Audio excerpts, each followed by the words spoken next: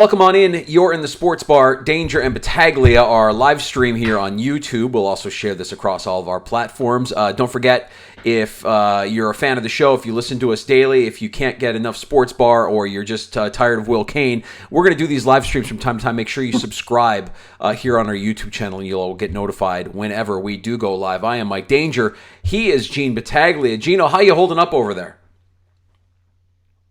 You're doing great, Danger. I appreciate you sporting a Rochester team. That is a Nighthawks shirt, if I'm not mistaken. Yeah. Did you know that there's a K in the logo? I see it. There's a K in the logo. It's a pretty good logo. I'm wearing my Brooklyn Dodger hat today because I do appreciate the history of New York City baseball. And, only the Mets. Can I just start with a quick... Gene, I almost called an emergency broadcast yesterday upon hearing the news that Noah Syndergaard is going to need Tommy John surgery. Gino, how are you taking this news? Are you okay over there? Look, Tommy John happens to many teams and many pitchers. In fact, it's probably going to happen to a pitcher during their career.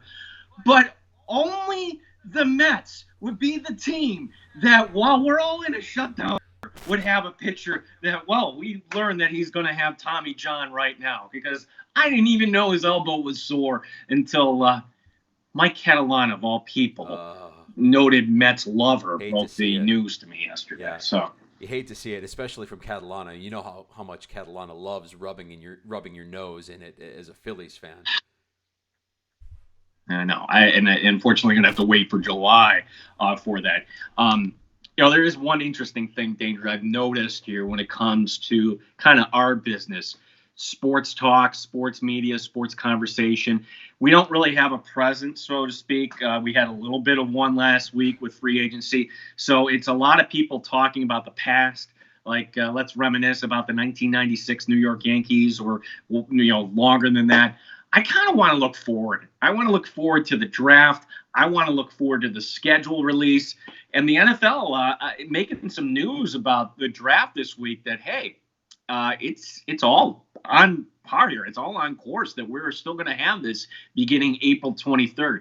A couple thoughts on that. Danger, I would like it on April 23rd, but why can't we make it April 23rd, 24th, 25th, 26th, stretch this out. NFL GMs aren't doing anything else over this week. Can we make a round per day?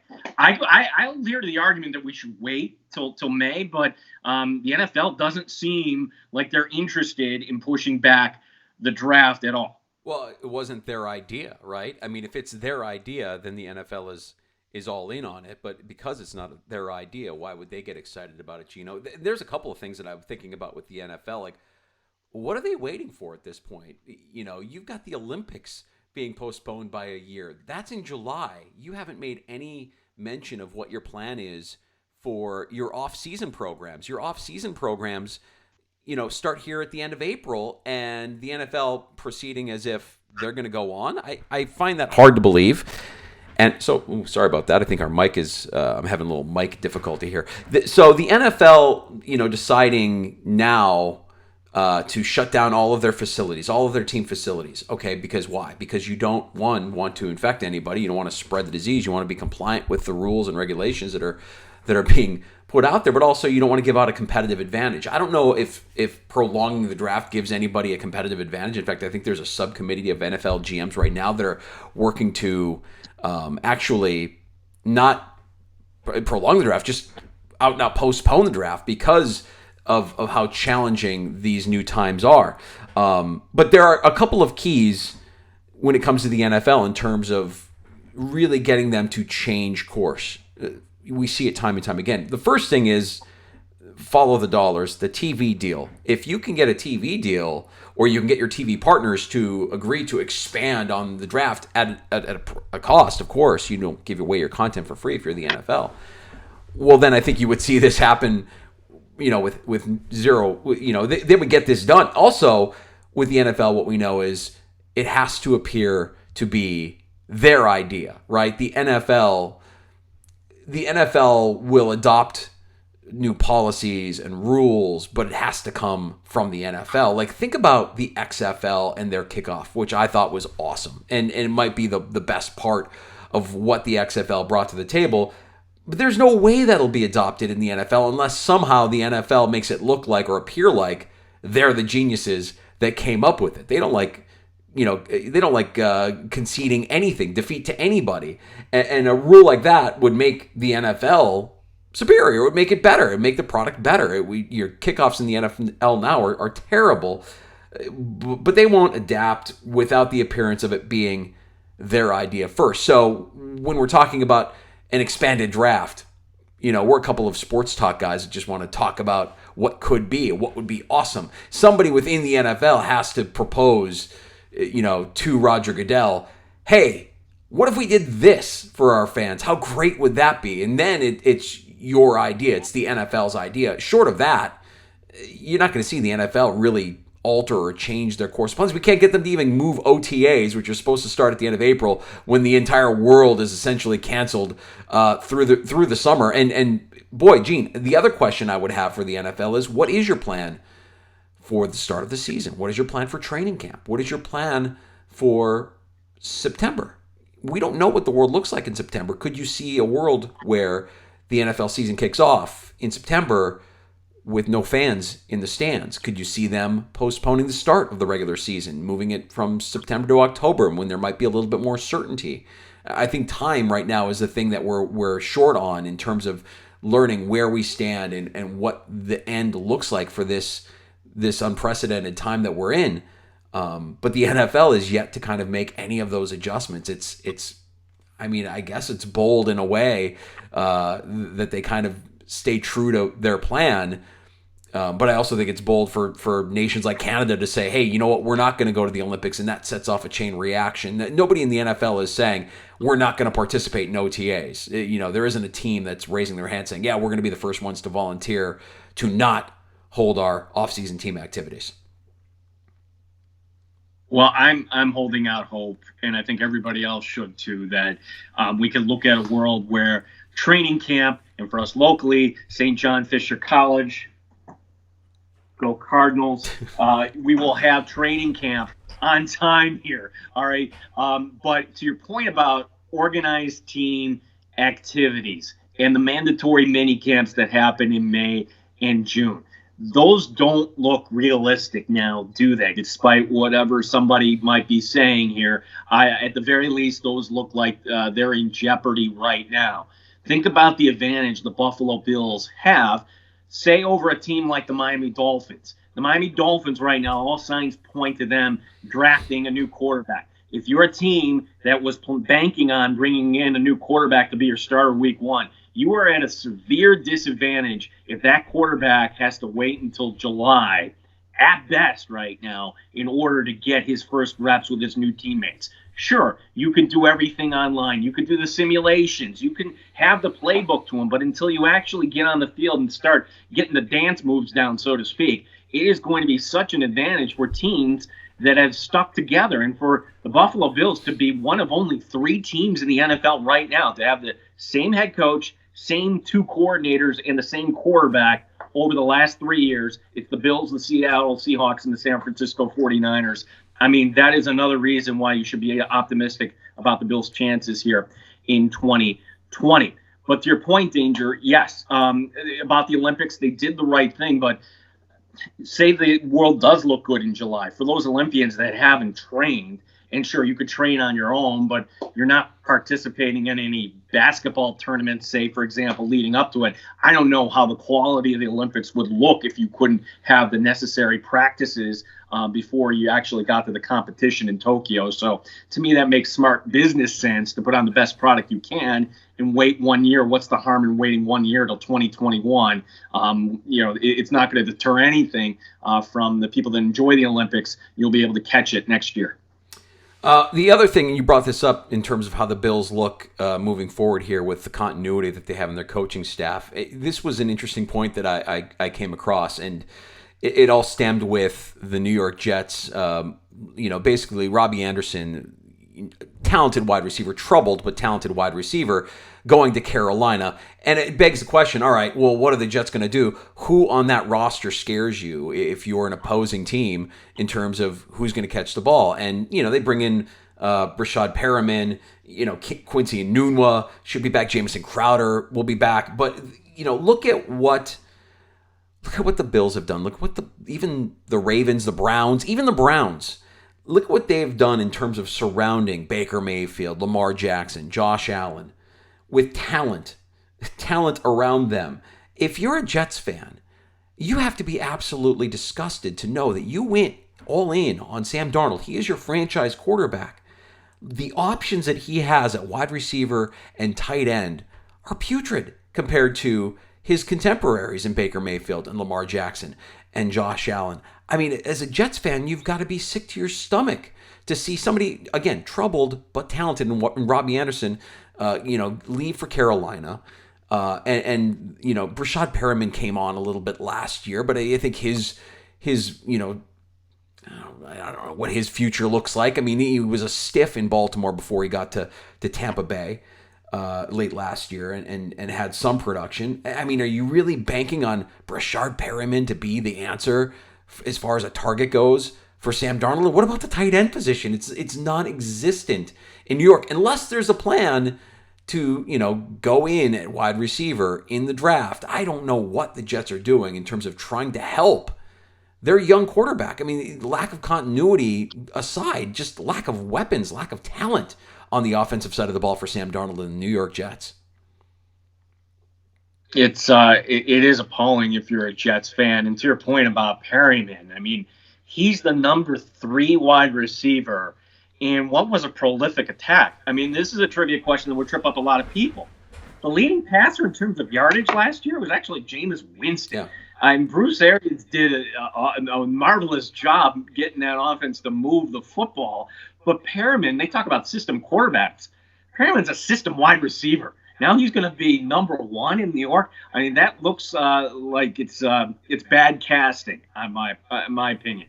So this will be year 3 of Sam Darnold with the New York Jets. Year 1, rookie season, Year 2, completely lost due to the mono, and then year 3, it doesn't look like it's looking very promising, especially if he's going to have these new receivers that you can't practice with in all spring. You got to wait until training camp. So another reason you should be optimistic if you're a Bills fan, if you have to, compare yourself to the Jets. Also, a side note, Robbie Anderson, what's Carolina doing? I thought, okay, they're bringing in Matt Rule.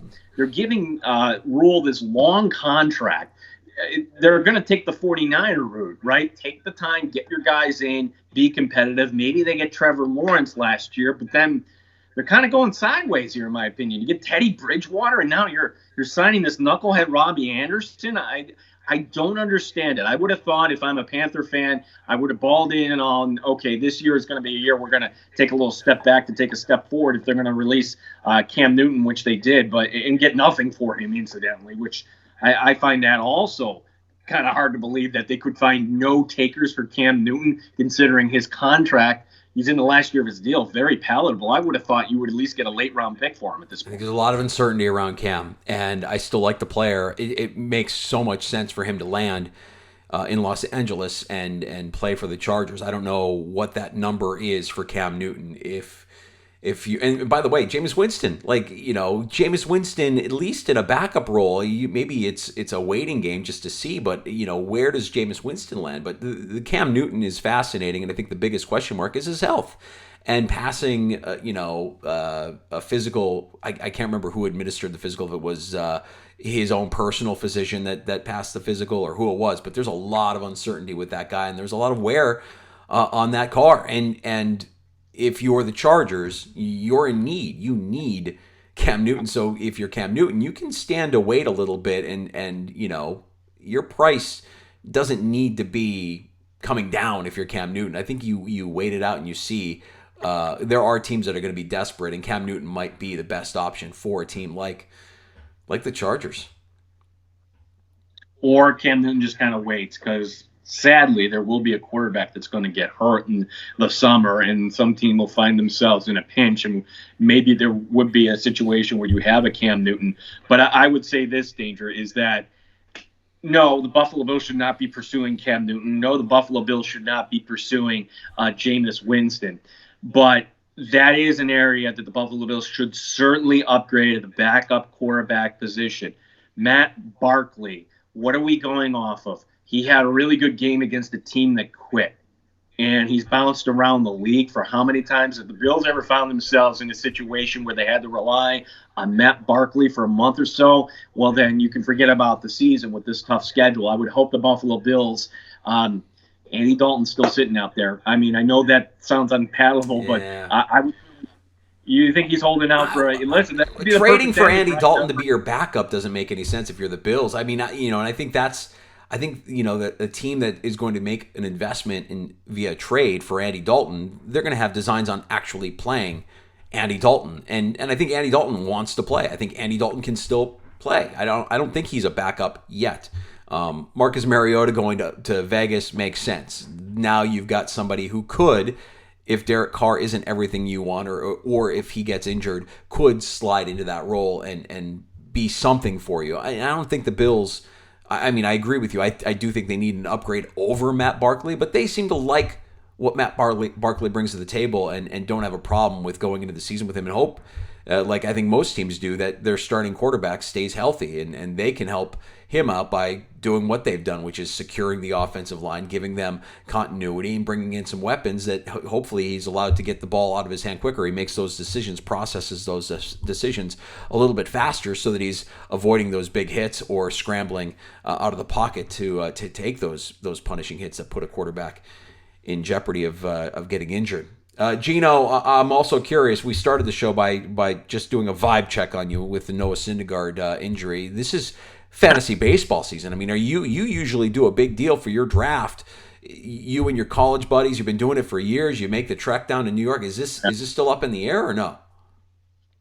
No, it's off. New York City, what we're experiencing here in Rochester, it's much worse right now in New York as far as the limitations. So it's the same situation down in New York when it comes to same state as far as bars and restaurants being closed right now. So we're just going to wait. We're not going to hold our draft. I think there's two types of drafts. The one where you do it on Yahoo and you just kind of do it online, but I like the old-fashioned one where you actually get together with friends, whether that might be former coworkers, whether that's like in my case, college buddies. It gives you a reason to connect. So we're just putting that on hold and waiting for a day, perhaps that when we get past this, we all can kind of celebrate and have a cold one day or a win or two. I'm telling you, you know what? The Olympics being postponed, the seasons for the NBA and the NHL being put on hold, all of that takes a backseat. Your fantasy baseball draft cannot be impacted by this. This is terrible news.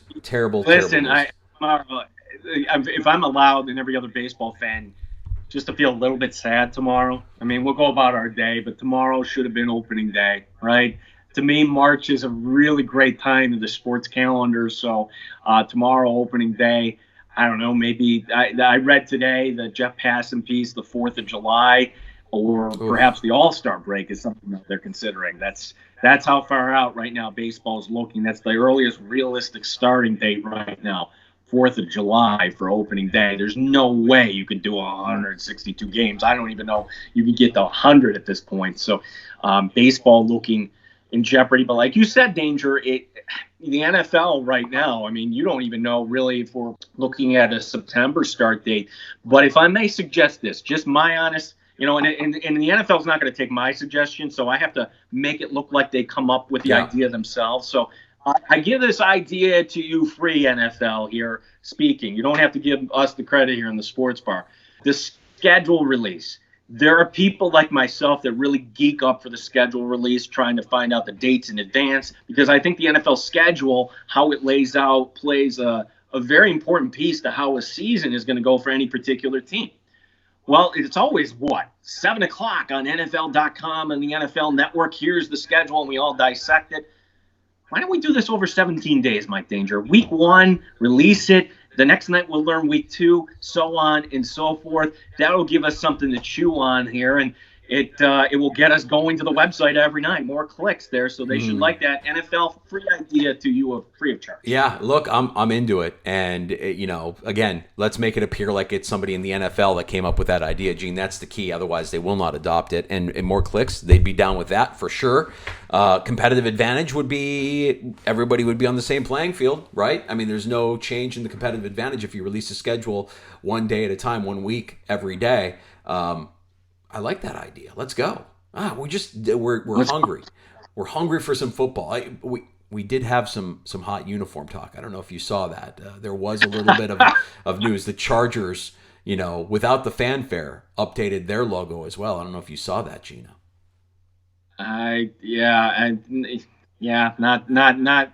Not all impressed here. I don't know. Maybe I don't know what it would take to impress me when it comes to uniforms or logos these days. It would take a lot. What about maybe a little hot kicker talk to wrap things up here? Are we feeling anything about the Patriots releasing Steven Gostkowski? Well, is he healthy? That's my question. I mean, is that what this is all about? I mean, or Belichick? I think it's all about what he was making. I mean, yeah, the guy was making pretty good bank for a kicker. And, he'll leave New England their all-time leading scorer. But when you're as strapped as New England finds themselves right now with the dead cap money that they have, you have to make those kind of sacrifices. They're no-brainers. You can find another kicker. Steven Gostkowski, no longer a New England Patriot. Gino, hot kicker talk. Oh, my gosh. I got to tell you one thing. This weekend, no baseball, the executive producer gave me an assignment. I like Mike Danger's office. I want your office painted. So, I think we're going to do another show here before the week's out. But, buddy, I got to, so my honeydew list, grew this week. Indirectly because of you. Oh, that's right. Well, listen. I mean, my honey-do list consists of building home studios and working to try and make things like this happen here, which we consider a privilege to be able to do. Honestly, thank you so much for this escape and allowing us to talk sports. And your day-to-day has changed. Our day-to-day has changed, but we're maintaining and we're getting through it together, all of us together. Gino, it's great to see your face. Great to hear your voice. Hopefully, we get the chance to return to some normalcy sooner rather than later. We'll get to do this again real soon.